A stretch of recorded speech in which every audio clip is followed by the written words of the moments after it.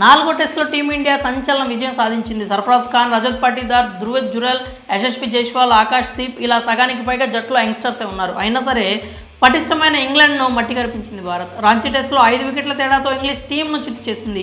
ఓటమి ఖాయం అనుకున్న మ్యాచ్లో శుభ్మన్ గిల్, ధృవ్ జురెల్ మొక్కవోని పోరాటంతో టీంకు విజయాన్ని అందించారు. ఈ విజయంతో భారత్ 3-1 తేడాతో మరో మ్యాచ్ ఉండగానే టెస్ట్ సిరీస్ని అయితే సొంతం చేసుకుంది. ఇది పక్కా యంగ్స్టర్స్ విజయం అనే చెప్పాలి. ఈ మ్యాచ్లో మన టీం నెగ్గడానికి గల 5 కారణాలు ఏంటనేది ఇప్పుడు తెలుసుకుందాం. మొదటిగా బౌలింగ్.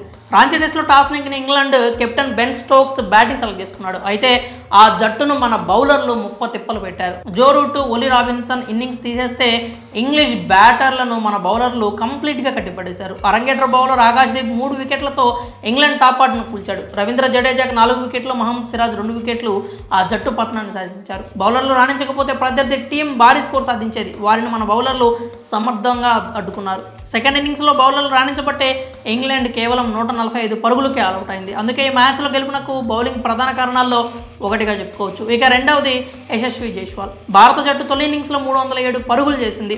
యశస్వి జైస్వాల్ 73, ధృవ్ జురెల్ 90 సూపర్ నాక్స్తో అదరగొట్టారు. జైస్వాల్ ఆడిన తీరు, ఇన్నింగ్స్ నడిపించిన విధానాన్ని మెచ్చుకోవాల్సిందే. రెండో ఇన్నింగ్స్లో అతడు 37 పరుగుల విలువైన ఇన్నింగ్స్ ఆడాడు.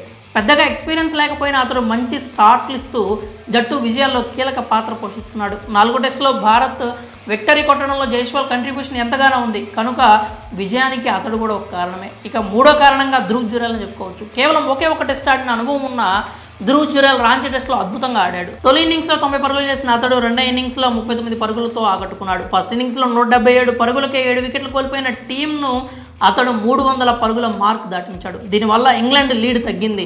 రెండో ఇన్నింగ్స్లో గిల్తో కలిసి 72 పరుగుల పార్ట్నర్షిప్ జోడించాడు. ఈ మ్యాచ్ గెలుపులో ఎక్కువ క్రెడిట్ జురెల్కే దక్కుతుంది. బ్యాటింగ్లో అతడు చూపించిన టెంపర్మెంట్, పేషెన్స్ గురించి ఎంత పొగిడినా తక్కువే. ఇక తర్వాతి కారణంగా రోహిత్ శర్మ గురించి చెప్పుకోవాలి. టెస్టులో రోహిత్ పనికిరాడు. అతడు సరిగ్గా కెప్టెన్సీ చేయడం లేదనే విమర్శలకు ఈ మ్యాచ్, ఈ సిరీస్ విజయం చెంపపెట్టు లాంటిదనే చెప్పాలి. 4వ టెస్ట్ తొలి ఇన్నింగ్స్లో ఫెయిల్ అయిన సెకండ్ ఇన్నింగ్స్లో 55 పరుగులతో విలువైన ఇన్నింగ్స్ ఆడాడు hit man.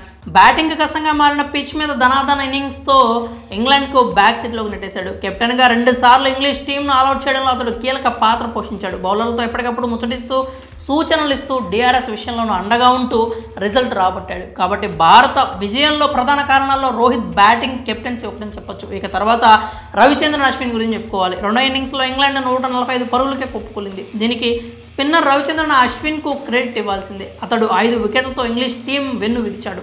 Duckett, Pope, route, folks లాంటి కీలక బ్యాటర్లను అవుట్ చేసి ప్రత్యర్థిని చావు దెబ్బతీశాడు. అశ్విన్ అనుభవం ఇతర బౌలర్లకు కూడా కలిసి వచ్చింది. అతడు బౌలింగ్ యూనిట్ను ముందుండి నడపడం వల్లే ఇంగ్లాండ్ను తక్కువ స్కోరుకి 2 సార్లు ఆల్అవుట్ చేయగలిగాం. కాబట్టి భారత్ విక్టరీకి గల కారణాల్లో అశ్విన్ కూడా ఒకడని చెప్పొచ్చు. వీళ్ళతో పాటు ఒక ఇన్నింగ్స్లో 38, మరో ఇన్నింగ్స్లో 52 పరుగులు చేసిన గిల్ కూడా టీమిండియా విజయంలో కీలక పాత్ర పోషించాడు. మిగతా బౌలర్లు, బ్యాటర్లు ఇలా టీం మొత్తం పెట్టిన ఆల్రౌండ్ ఎఫర్ట్ వల్లే జట్టు నెగ్గింది. మరి రోహిత్ సేన విజయానికి ఇంకేమైనా కారణాలు మీరు భావిస్తే కనుక మీ అభిప్రాయాలని కామెంట్స్ రూపంలో తెలియజేయండి.